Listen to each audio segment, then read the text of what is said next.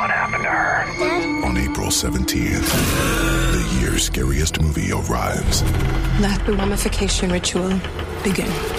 Audiences are calling Lee Cronin's The Mummy glorious edge-of-your-seat horror, terrifying from beginning to end. I really miss being a part of the family. And an insanely scary ride. Lee Cronin's The Mummy. Only in theaters April 17th. Rated R. Under 17, not admitted without parent. Come on, this is fun, all right? Let's play a drinking game. Okay, I'll start. Never have I ever kissed two boys on the same night. Oh. Guilty. Me next. Never have I ever been friends with Jeffrey Epstein.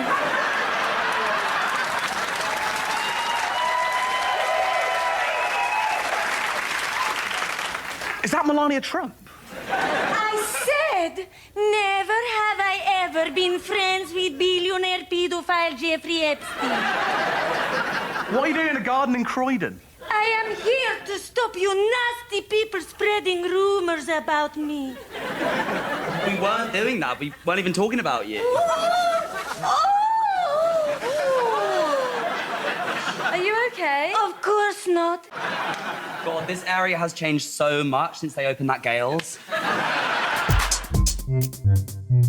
Quiet Riot. Hello and welcome to Quiet Riot Sunday School, the weekend splashdown to our midweek trip round the moon.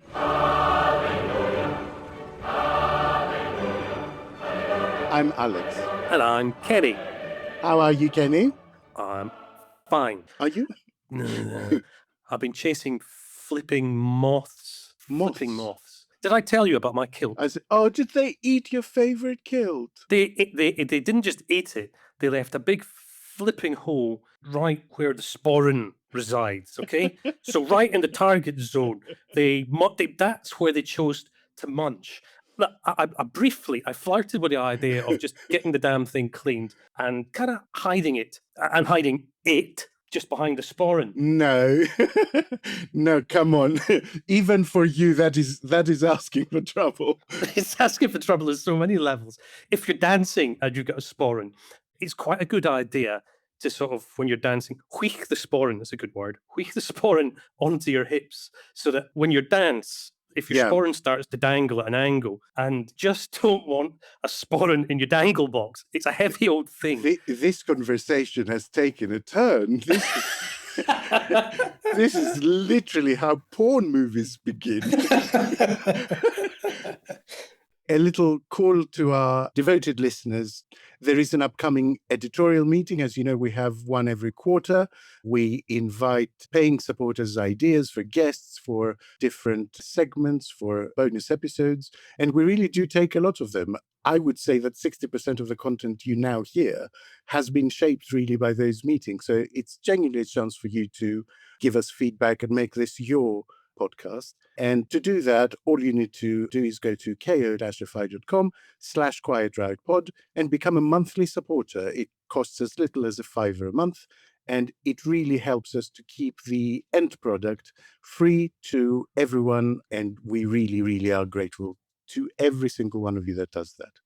And it really helps us keep the quality up as well. And talking about quality, if you fancy a little bit more of Alex, I really, really urge you to tune in to his latest episode of Podacy, which even by his lofty standards, he talks an awful lot of bull. Because I knew I was going to say that, didn't you, Alex? Yeah. I mean, it starts with gods who transform into bulls. It meanders past Europa, hanging out with a divine bull, and then it kind of canters off towards white heifers, sacred cattle, and actual bull shagging. And by the time you listen to this, the second part of that episode will be out as well. That basically brings that entire myth into the today and asks really quite a pertinent question right now. If we detach ourselves from America and the ideas of the West as a collective, then what is the new Europe? You know, what are European values? Righto, Toreador. Toreador, don't spit on the floor. Use the Caspador. What do you think it's for? Have you never heard that before? No, and for more of that nonsense, join Alex's OnlyFans group. Right, so today I think, there are some news stories that defy all expectations and analysis, aren't they? And Melania Trump popping up just in the middle of possible Armageddon when absolutely nobody was talking about her, to ask everyone to stop talking about her, is one of those stories we will try to unpick what might be behind it, I think. I mean, heaven help us. I think we should look at some proper politics too, given that the starting pistol has really just been fired on the looming May the 7th elections, which are happening up and down the country. Plus, before you pack up your desk and start looking for a job as a strawberry picker, wait a moment. The more stuff AI is asked to do, the more its limitations are revealed.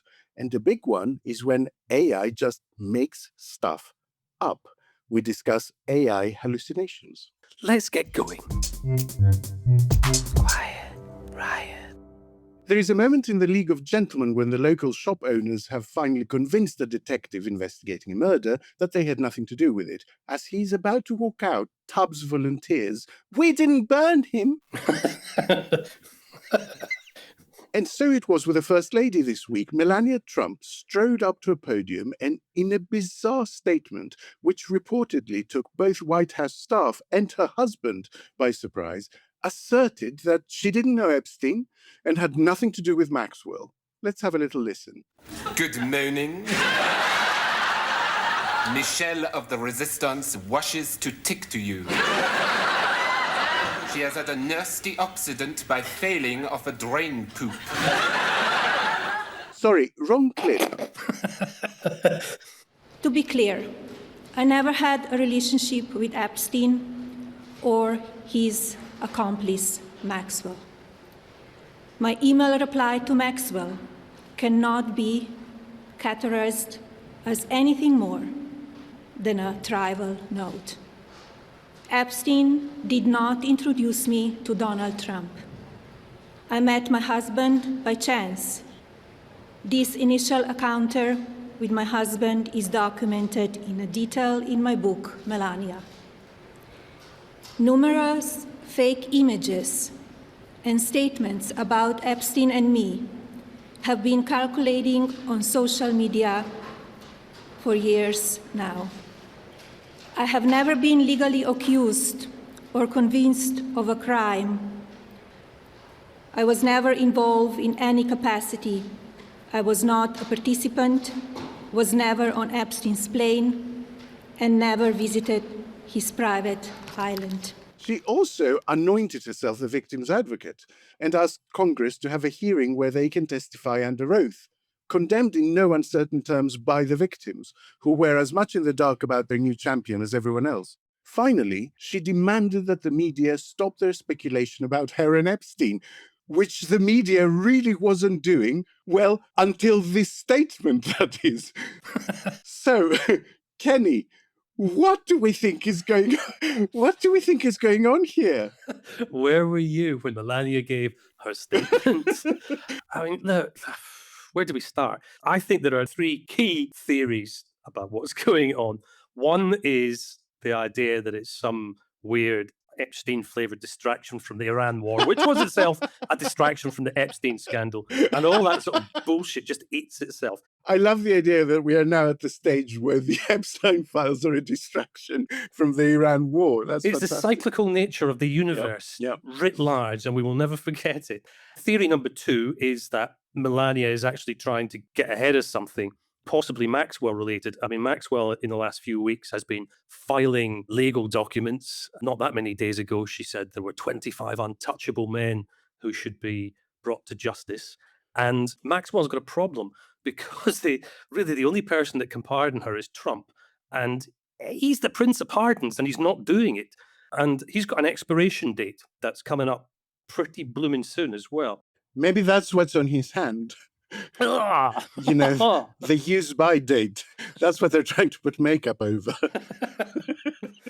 I mean, the fact that Trump himself claims that he knew nothing about her plans, you know, we can read what we will into that about his grip on the White House, never mind his grip on reality.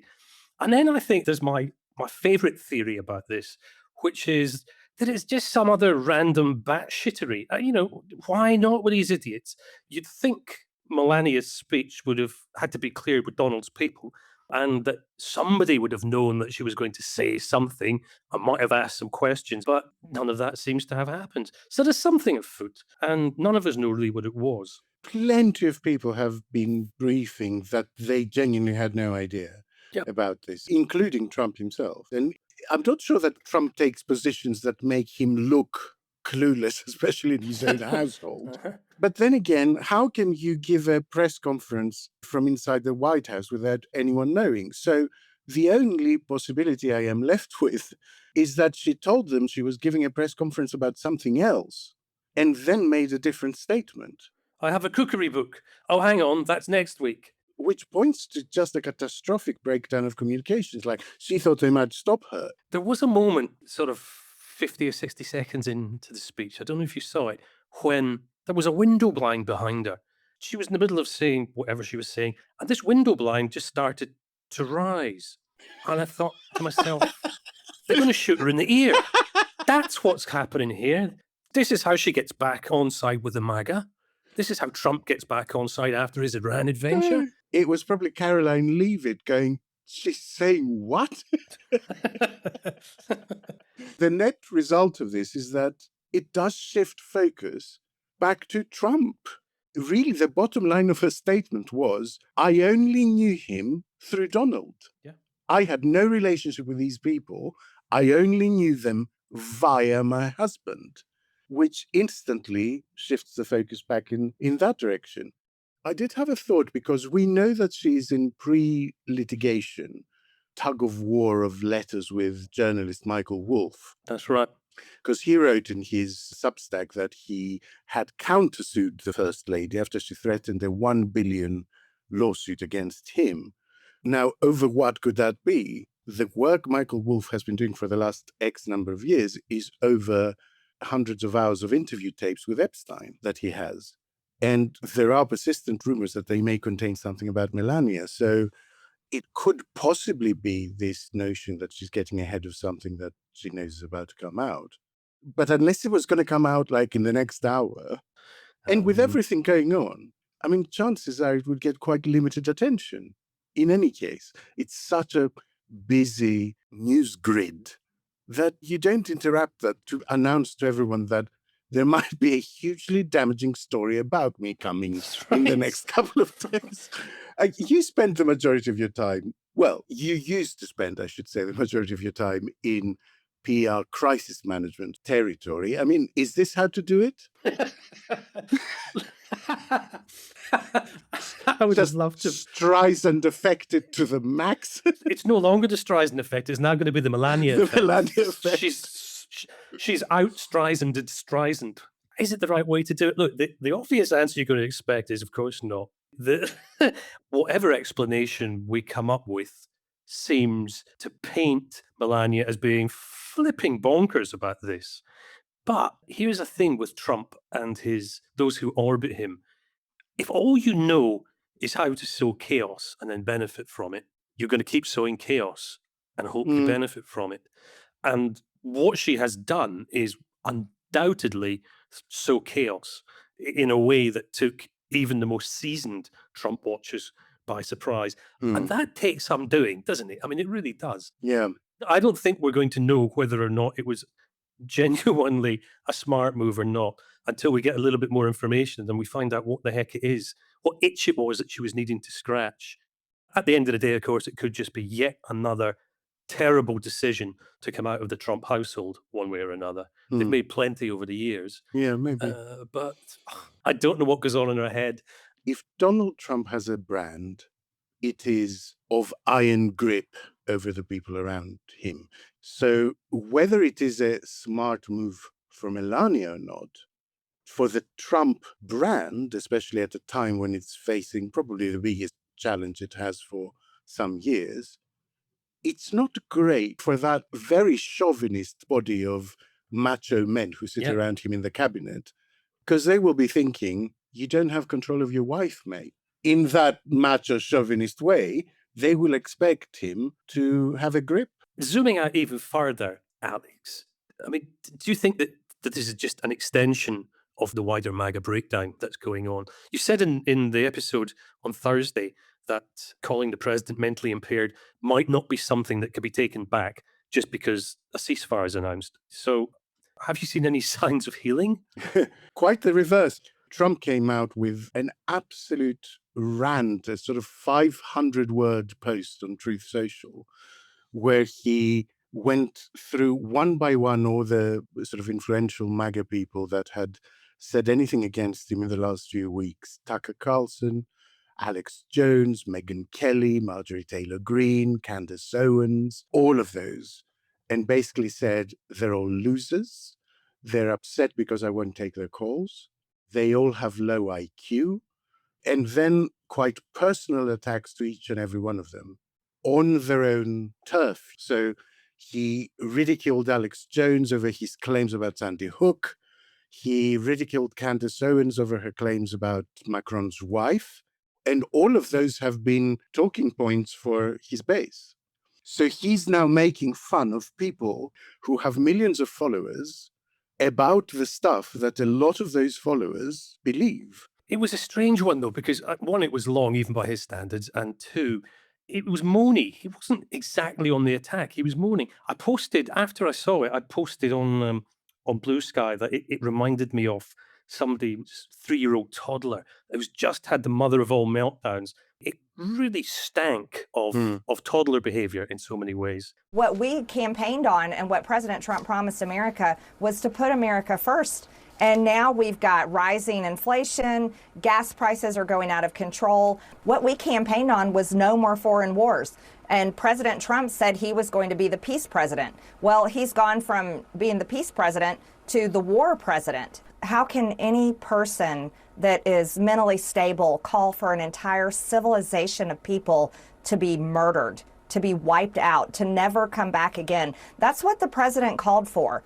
I'm not offended oftentimes by people's words. I mean, people on the right and the left have lots of different types of language, but I'm sorry, that's not tough rhetoric. It's insanity. So no, I push back on that. And I think the American people fully agree. Everyone was outraged. And that shows that there's serious instability in his thinking, that he would, not only would he even say that in a private room, but actually go to his megaphone, his Truth Social, and post that for the entire country and the entire world. This should never be tolerated. He's out of control, and people within the administration need to step up, take responsibility, and rein this in. I mean, making Marjorie Taylor Greene sound like the moderate, sensible, rational person in this is a problem for Trump. And the problem for Trump is that the more these voices grow, the more they trigger him to act irrationally. And when the charge is that you're being irrational, allowing yourself to get angrier and angrier and post more and more batshit stuff, it really doesn't help your cause.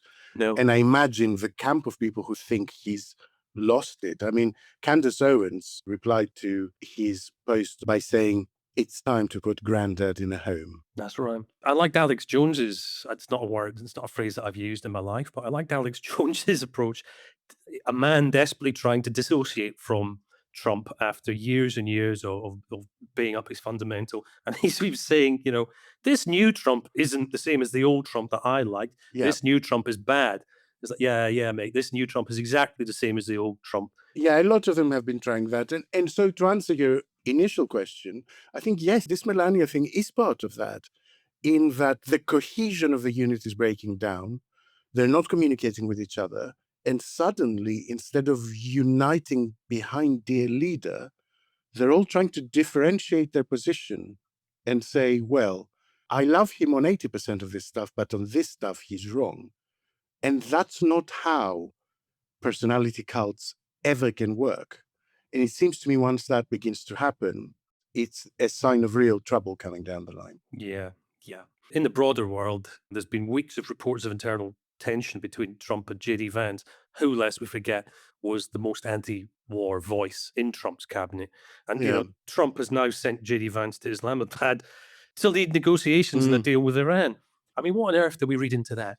It's a bit of a poisoned chalice. If J.D. Vance is successful, then Trump takes all the credit. If J.D. Vance is unsuccessful, then he's blamed for it. So I think it's entirely consistent with that.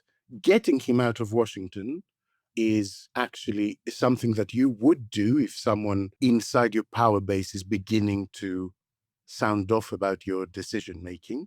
So it makes sense from that side of things. And the only thing I will say is, you said he's been the strongest anti-war voice inside the camp. I would actually put Rubio above that. Yeah, fair call. Who has been completely invisible. The State Department has been completely invisible. The equivalent of the Foreign Secretary has not said a peep or done anything around any of this. All we have is a story mysteriously briefed to the New York Times about the meeting Trump had with Netanyahu, and Rubio saying afterwards that he's selling you complete bullshit. Don't do this. I've got a suspicion, a theory that Rubio isn't a little guy. I've got a suspicion that Rubio is actually a 6'6" guy who's become very adept very quickly at making himself look like he's one of the crankies. Yeah. Yeah, but I find his total absence in this very, very interesting. And I wouldn't be surprised if he's for the shop, actually, because Trump, he's crazy, but he's got street smarts, you know, he has instinct. And he cannot have failed to detect that particular danger. Quiet Riot. Starting or growing your own business can be intimidating and lonely at times. Your to-do list may feel endless with new tasks, and lists can easily begin to overrun your life. So finding the right tool that not only helps you out, but simplifies everything as a built-in business partner can be a game changer. For millions of businesses, that tool is Shopify. Shopify is the commerce platform behind millions of businesses around the world and 10% of all e-commerce in the US. From household names like Gymshark, Rare Beauty, and Heinz, to brands just getting started. Shopify has hundreds of ready-to-use templates that can help you build a beautiful online store that matches your brand's style. And you can tackle all the important tasks in one place, from inventory to payments to analytics and more. No need to save multiple websites or try to figure out what platform is hosting the tool that you need. And if people haven't heard about your brand, you can get the word out like you have a marketing team behind you, with easy-to-run email and social media campaigns to reach customers wherever they're scrolling or strolling. Start your business today with the industry's best business partner, Shopify, and start hearing. Sign up for your $1 per month trial today at shopify.com/realm. Go to shopify.com/realm.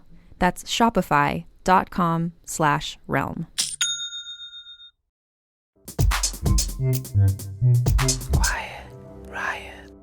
On that negotiation, Kenny, do we know what are the sticky points? Obviously, since we last spoke, we know that there's a whole big stink about whether Israel's war in Lebanon is part of this or not part of this. But putting that to one side, because that really is a separate issue, when it comes to a deal between America and Iran on its own, what are the sticking points? I think it's difficult to put that to one side because the initial 24 hours after the ceasefire, as much as it was a ceasefire, was announced, the sticking point appeared to be the fact that Trump, Vance, Hegseth, the whole damn lot, appeared to have agreed to some sort of deal that they hadn't bloody read. Everything seemed to be catching them by surprise. The ceasefire element was one element of it. The who's getting money from ships traversing the Strait of Hormuz. At one point, Trump said, it's a good idea. I'm going to get a share of that. Thanks very much. Yeah. Within 24 hours, he was going, somebody said they were going to make money out of this idea. I know. In a press conference, he was asked by a journalist and he said, it depends what we get as our part of the action. Yeah. What's the transaction here? And then he was going, outrageous idea to charge people. So it's a fair question. And look, we can't go through all 10 of the points as we know them, but there's at least 4 that are worthy of mention. There's sanctions relief. Iran's core ask is pretty simple. It's, lift the sanctions that are strangling its economy. And the US position is kind of, look, well, maybe, but only if you give us something big. And of course, the problem is trust. Quite rightly so as well, where Trump concerned, And Iran. I mean, well, yeah, fair point. Iran are not exactly an honest player in this. But I mean, Iran are smart enough, I use that word advisedly, to think that America we'll pocket concessions and then reimpose sanctions later. And, they are not imagining that. That's a very real threat. So that's number one. Number two is a biggie. That's the nuclear limits, the ones that Trump screwed up by tearing up Obama's deal. America wants a cap on uranium enrichment, and it wants inspections, while Iran wants recognition of its right as a country to have its own civilian nuclear program and quietly, stay as close to weapons capability as is possible without triggering a strike. The third one is one that I think plays quite heavily behind the headlines, and that's the issue of regional militias. Iran backs a lot of groups across the Middle East. And it's not just America that wants that dialed down. America's allies and semi-allies really want that dialed down as well, especially anything that threatens shipping. But, Iran, again, obviously, sees those groups very much as its insurance policy. And you don't give up your insurance when the house is still burning. You don't. And then the final one may well be the trickiest one of all. I think it's the most obvious one, and it still gets underplayed by the pundits. Both sides need to be able to save face. There are egos at play here, not just individuals, but national egos as well. And both sides need to walk away being able to claim victory one way or another. Trump, he needs a deal, inverted commas, that he can sell as historic. He'll sell any old bullshit as being historic. But for this moment in time, he does need something that will stand up to a little bit of scrutiny. And Iran, it needs to look like it didn't bend the knee. My sense is that that's the smallest part of the puzzle, really, because both the Iranian regime and the Trump White House, they have such a grip over the media that their base consumes. They are inside a fact bubble, basically. They can present any kind of deal as a victory, and they will not be challenged by the faithful. Do you sense that ultimately it comes down to just how much gold Iran will stuff Trump's mouth with? I'd love to say that, yeah, of course it does. He's a transactional beast, and everything that he gets involved with ultimately ends up lining his own pockets or the pockets of his family one way or another. And the figures involved are billions. They're not millions. They're not hundreds of thousands. They're billions. And he's become very, very adept at it, and nobody's caught him out on it yet. So it's a cute solution, but it's just too neat for the mess we're in. I don't think it's only about cash and envelopes. It's also about, leverage.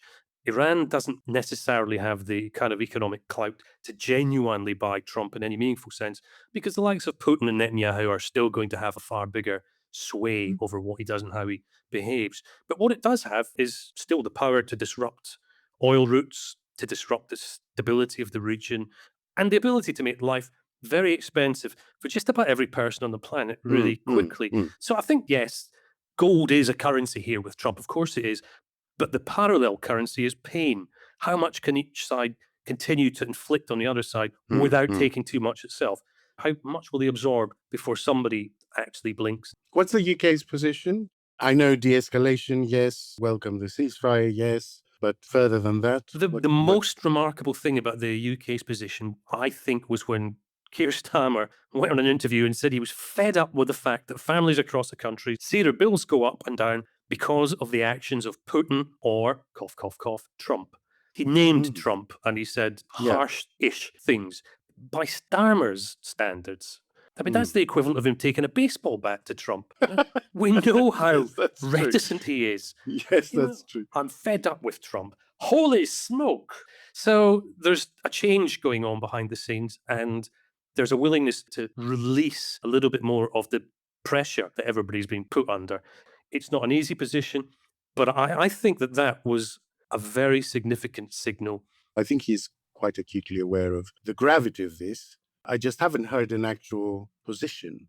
But then it's really not up to us. If the last year and a half has proven anything, and I think it's part of why people have reacted to everything going on in Israel, in Gaza, in Iran, with Trump, with tariffs, with all of that, it is that it has been a real corrective to where we are size-wise in the world and where we are influence-wise in the world. And I think that's why a lot of people have been a bit shocked, because what the UK says and does is not as important as I think many might have thought up until that point. And what the UK says and does in public is not nearly as important as the work that inevitably is going on behind the scenes, well away from the gaze of the public, well away from the gaze of media, and well away from the gaze of some of those in Trump's orbit as well.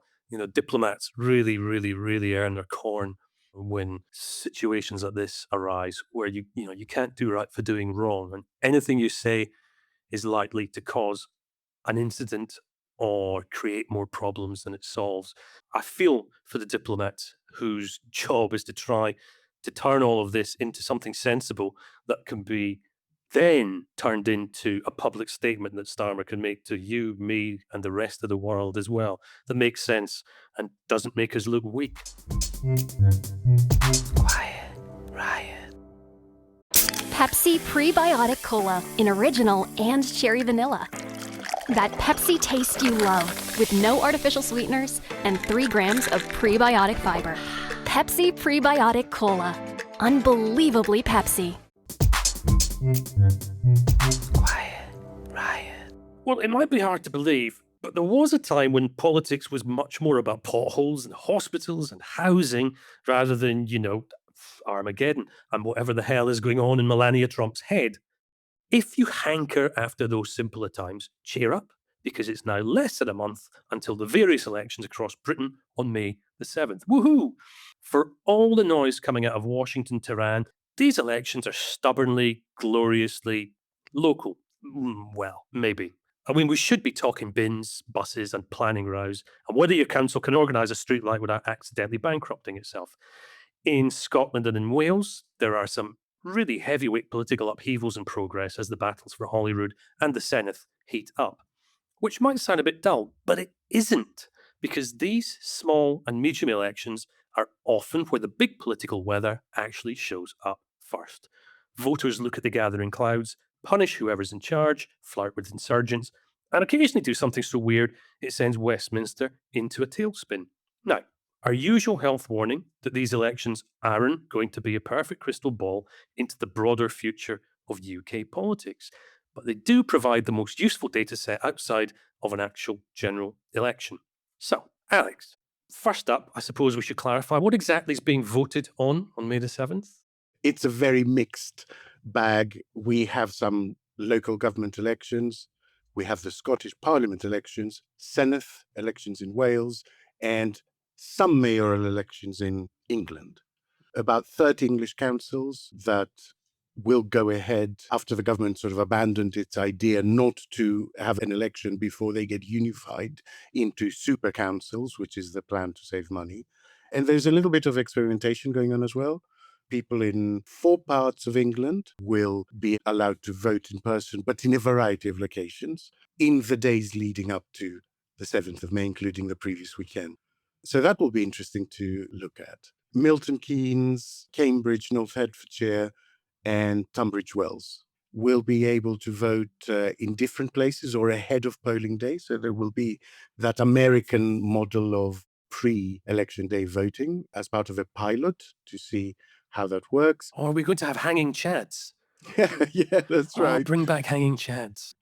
You framed the conversation really about this being a local thing, or is it more about Westminster, or is it more about what's going on internationally? What do you think it is? It's a little bit of all of it, politics is very fluid. Look, on paper, a whole lot of this is about councils and about mayors and about devolved governments. But in practice, we know that voters have a habit of using contests like this to whack whoever they think is letting them down on a national level as well. And, right now, the national mood is pretty damn sour.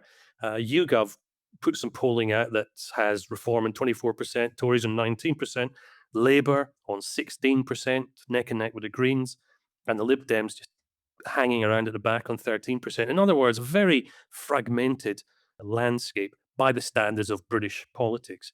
In Scotland, for example, there's about 3/5 of voters say they're utterly fed up with the Scottish government, but almost 4/5 are fed up with the Westminster government as well. So in Wales, more than half of the people think the Welsh government's doing a rubbish job.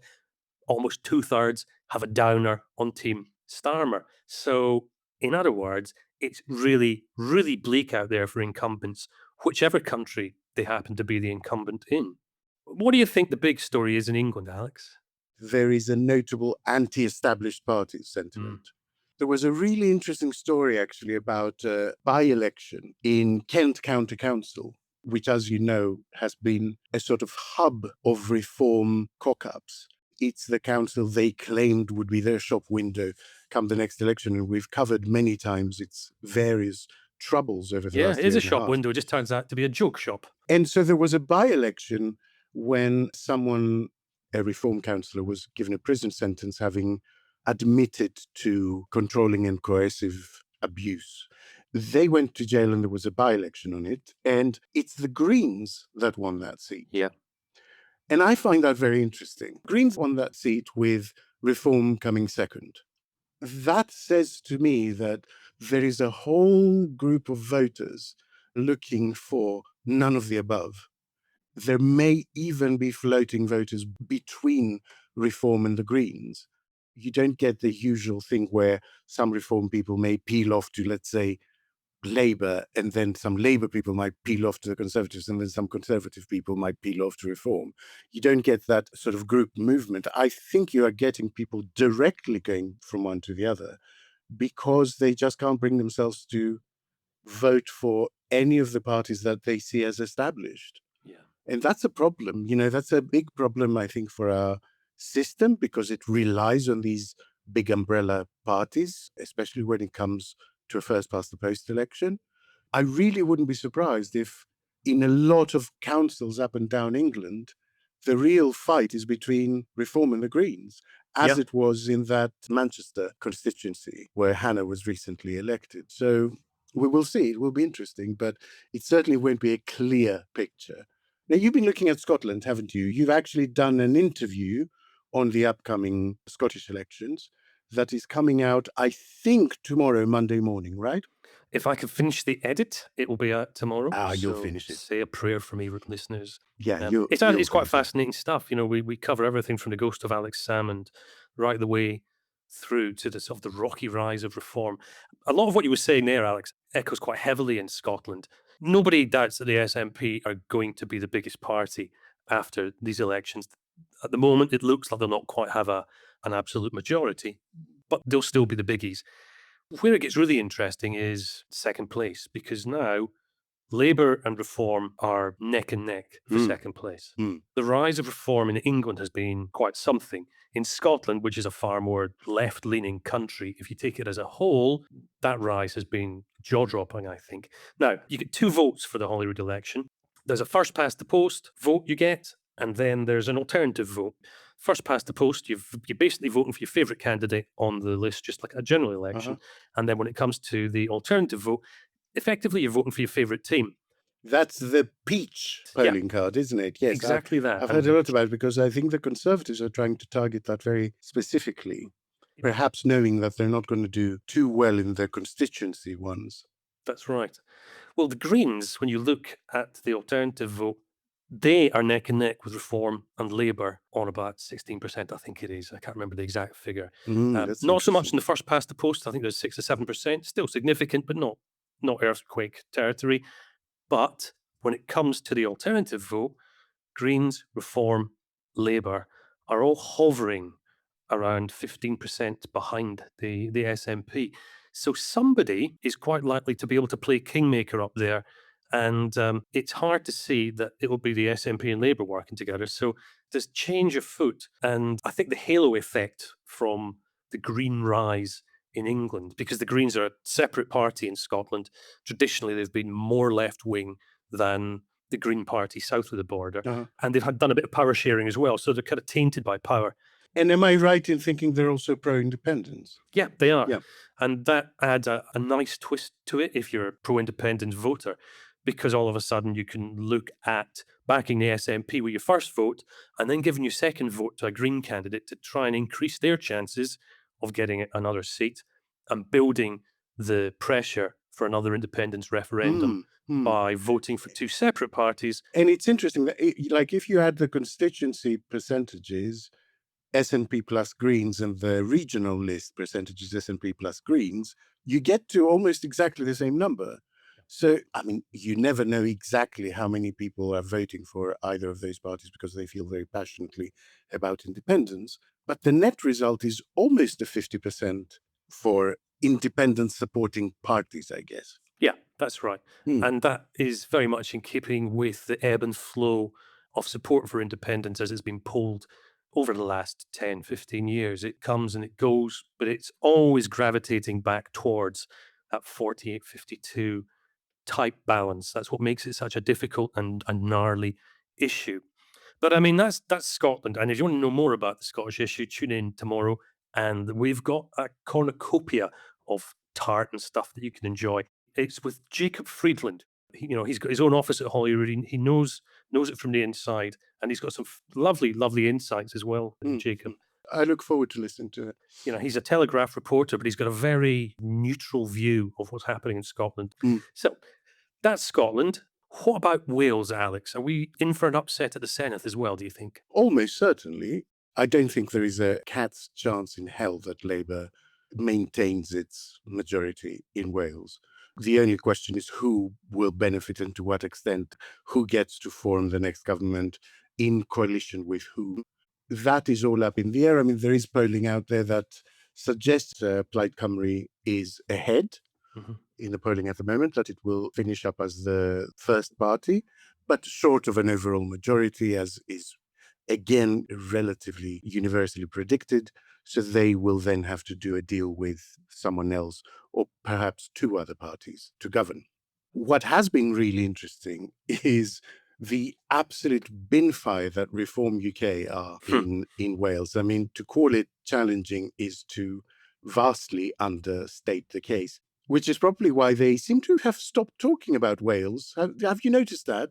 How they're going to smash the election there? Have you noticed that they've said nothing about Wales for weeks? They had a bumpy opening in Scotland as well. They did a couple of mini scandals, and it went quiet on my feeds, relatively speaking, too. So there is a pattern here. Yeah. I mean, the latest joyous news is that Caroline Jones, who is a former UKIP leader in the Senedd, now with Reform, well, I say now with Reform, then with Reform, now has become the umpteenth candidate to resign from their list this week. One of two in her patch. I mean, the week before, 3 out of 6 resigned in another constituency. There have been widespread resignations and much unhappiness in Welsh Reform. The bone of contention seems to be the extent of central control being exercised, basically. They're not too happy with a leader that's been imposed on them. The thing is, people are being taken from local areas where they have lived and campaigned and been politicians for years and parachuted into other areas where they might have a better chance of success or a worse chance of success. That doesn't actually seem to matter. To be honest, to their credit, a lot of people have made a fuss, even when being parachuted somewhere else has improved their chances, because they say, I know nothing about that area. Caroline Jones is a very good example of that. Let's have a listen to what she told Radio Wales. Tell us, why did you decide to resign from the party? I resigned because I no longer believe the party's internal conduct reflects the values that it promotes publicly. And I gave a significant amount of time, effort, as did others, and personal commitment to building support locally in Wales. But over time, it became clear that decisions were being made in a way that didn't respect that work or the people involved. So for me, it reached the point where I couldn't continue in good faith. I believe that when a candidate stands in a constituency, that they should have an affinity with that constituency. And I believe every candidate should have a strong connection with their community before they stand in it. I refused the position immediately. I was contacted by telephone. I was out organising campaigning in Porthcawl at that time with around 12 people around me, and they had expected me to be their candidate, and it came as a shock when I was offered Pontypridd, and that didn't align with my beliefs. So I'm sorry. I felt it was the right thing to do was to walk away. But when you brought up these concerns of yours, was there any response from the party leadership, particularly here in Wales, at all? None at all. None at all. All emails sent to the party from members, from constituents, and otherwise are never answered. You don't get a response. She was actually out campaigning for the election in a different area where she thought she was going to be the candidate when she was called and told she was being moved to another list. And she's now running as an independent. They need caps with MAGA on it, don't they? Make arseholes great again. I mean, they do understand how Farage works. No, they don't. Well, actually, in a really weird way, Kenny, this mirrors what is happening with MAGA in the States. Go on. If you build your base around, let us say, quirky people. Quirky people. Let us just say that, okay? If you build your base around quirky people, encourage a sort of spirit of rebelliousness and poor discipline, and also actively target people willing to defect from other parties, Jones came to UKIP via the Tory party, of course, you end up with a base that is very rebellious and doesn't think twice before defecting. Them's the breaks. Let's wrap this up. To what extent do you think global events, like what we're talking about in the first part, Iran, the madness of Trump, bleed into all of this, do you think? Or is a local election just too far removed? No, there are some local elections that will be very definitely decided based on local personalities and local issues. But I think the answer actually is quite a lot, because international crises are now domestic crises that hit us through the wallet. There was some YouGov figures out just a few weeks ago where, I mean, it was a third of Britons said they'd already been personally affected by the Iran conflict. And, you know, in Wales, the cost of living and defence have both risen up the agenda. And that's also likely because of the war's economic effects. So, yeah, even when you're voting about buses, bins, or the Senate, the background music is still oil prices, it's still insecurity, and it's still, you know, the Trump era planetary derangement. There is no running away from it, even in a local election. Riot. Want to make the most of your tax refund? File with TurboTax on Intuit Credit Karma. They help you get your biggest refund, and then we help you do more with it. With a personalized plan designed to help you hit your money goals. Start filing today in the Credit Karma app.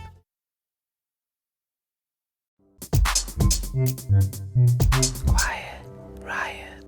A couple of weeks back, when we were discussing April Fools, I described one from Greece in 1882 about a British tourist getting stuck between two pieces of the Parthenon while trying to take a photo. That was so plausible, it caused a diplomatic incident when Greek Prime Minister Harilaos Trikoupis got involved.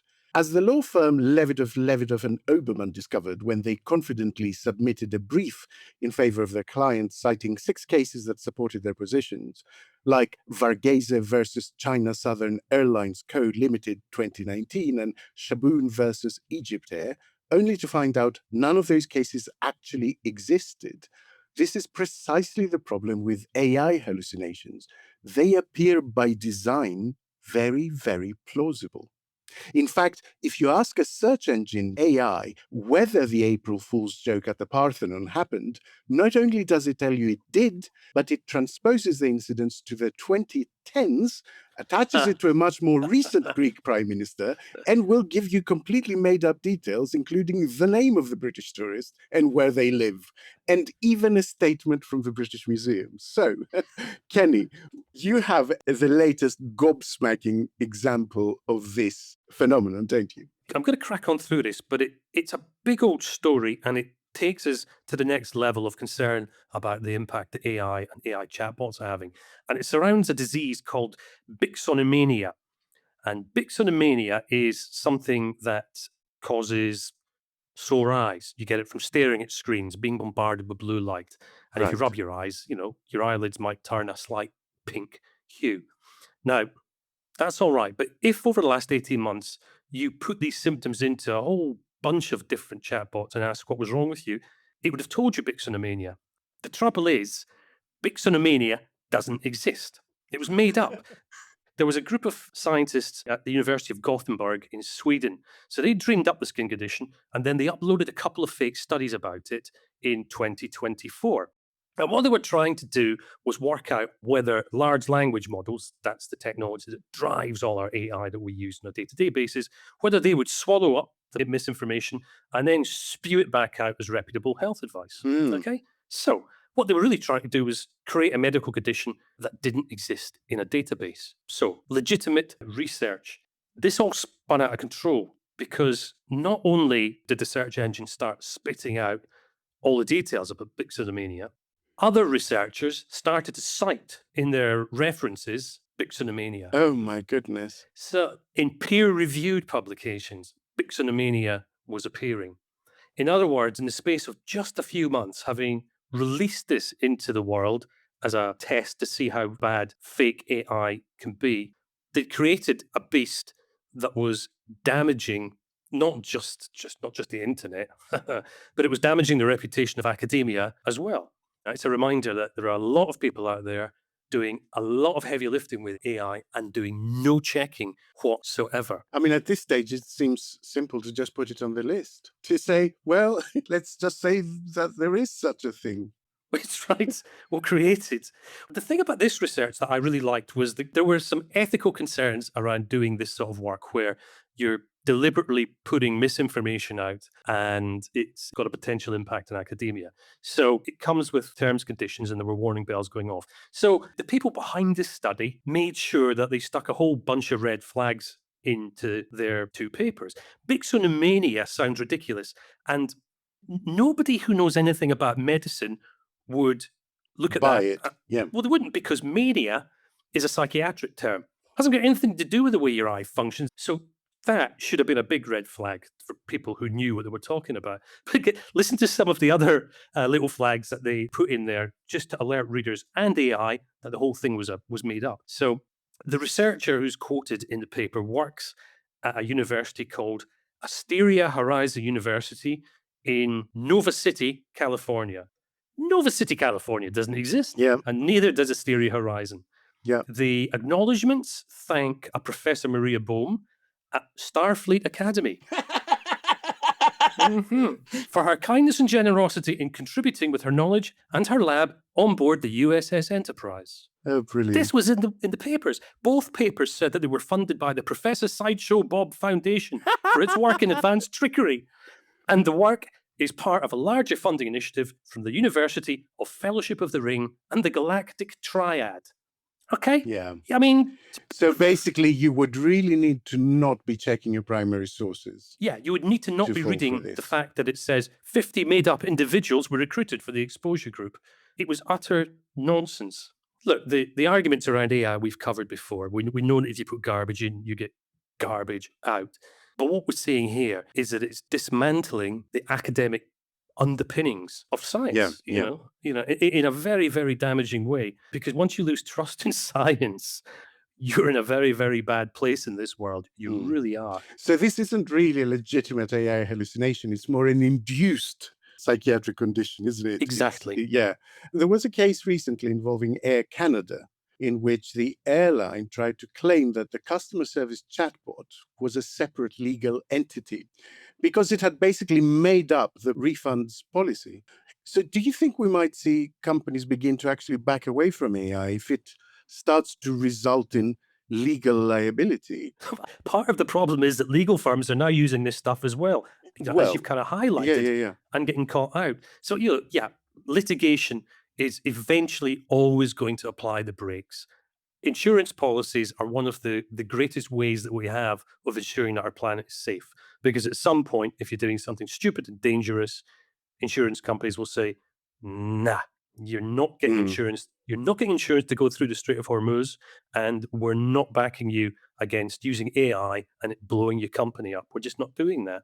So I think, yes, that litigation is going to play a significant part in this if companies themselves don't, pull their fingers out. Yeah. But whoever I think manages to set up an AI compliance racket is going to make an absolute mint, because every country is going to have one. Is this a bug or a feature? I read some really good stuff that basically suggests, firstly, that by treating it as a bug, by calling it an AI hallucination, we're actually minimizing the good, positive ways in which we might use AI. We're using it basically for the wrong thing. Those models are doing their job because they're taking data points and extrapolating something imaginary. That's right. Actually what they're meant to do. And then the second thing that I read is that it's basically cheating cognition. I found this really interesting. If you show 4 examples of a chair to a child, and then you show the child an upturned crate and ask that child, is that a chair? They might say yes, they might say no, and give you the reasons why it is similar to a chair or fulfills a similar function or why it's not, right? AI can't make those connections and that extrapolation. So instead, what they're doing is they're expanding the sample that they give. Instead of showing it 4 chairs, they show it 4 billion chairs and then show it the upturned crate and it renders its opinion.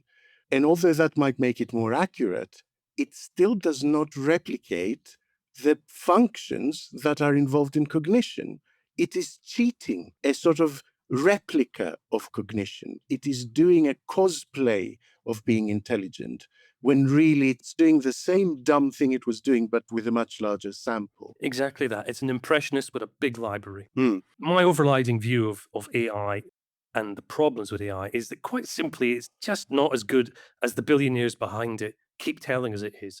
Elon Musk is the worst at this. You know, he was wanging on 18 months ago about how AI was going to be coming up with new ideas that humans couldn't come up with. He was talking about that 18 months ago, and it's nowhere near that, and it's not going to get anywhere near that because the way it's designed at the moment isn't going to deliver. AI is basically a chainsaw with a keyboard on it, all right? It's amazingly good at cutting through all sorts of stuff really quickly and pretty violently as well. But let me tell you, if you use it with your eyes shut, you're going to get into trouble very, very quickly. Have you found any other examples that have brought a smile to your face, or a tear to your eye for that matter? A tear to my eye. I found one example that I found really quite incredible, considering the sources it was pumped through. A company that generates basically syndicated content for loads of more local, regional newspapers in the States generated a summer reading list. And unfortunately, they generated using AI. And while it contained famous things like François Sagan's Bonjour Tristesse, it also contained just perfectly plausible looking things like Isabel Allende's Tidewater Dreams, which it describes on the list as the first climate fiction novel. Or Percival Everett's. Percival Everett. Yeah, yes. Percival Everett has won a Pulitzer Prize.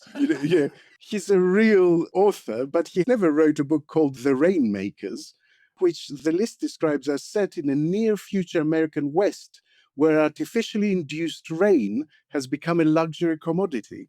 So, of the 15 books on that list, only 5 were real. And this list was published in quite big state newspapers until loads of people started to point out that none of these things existed. And so, again, it goes back to what we were saying before, like you have to check your primary sources.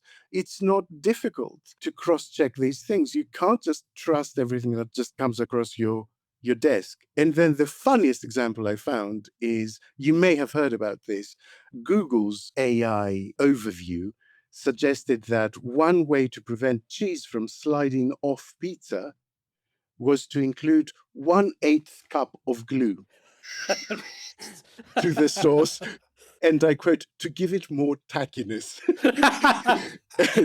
and even funnier, this originates from a humorous or irreverent response to a Reddit post where someone said, just mix in 1/8 cup of Elmer's glue and it will stop sliding off the slice, posted by someone called Fucksmith. So, apparently a perfectly reliable source as far as Google is concerned. You want breadsticks tonight? No, I'm having evil sticks. Glue sticks was right there, Kenny. I know. You get it. Glue sticks was right there. So people need to engage their brains, engage your critical functions. Do not outsource the solutions to everything. Just have your full faculties, tune into what you're reading, and use your common sense to ask yourself, does this make sense? And always click at the source. Yes. Don't put glue in your pizza.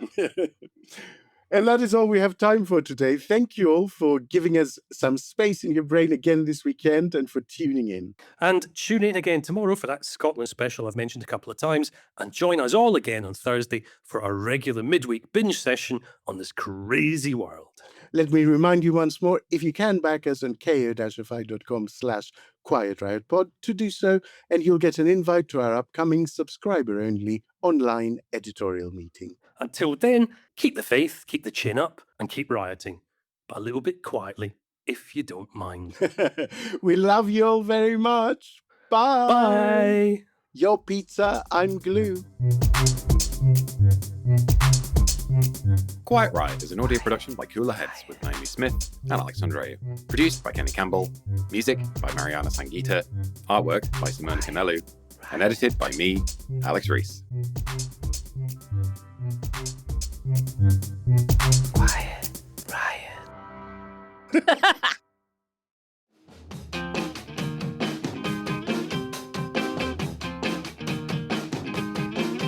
Woohoo! Woohoo!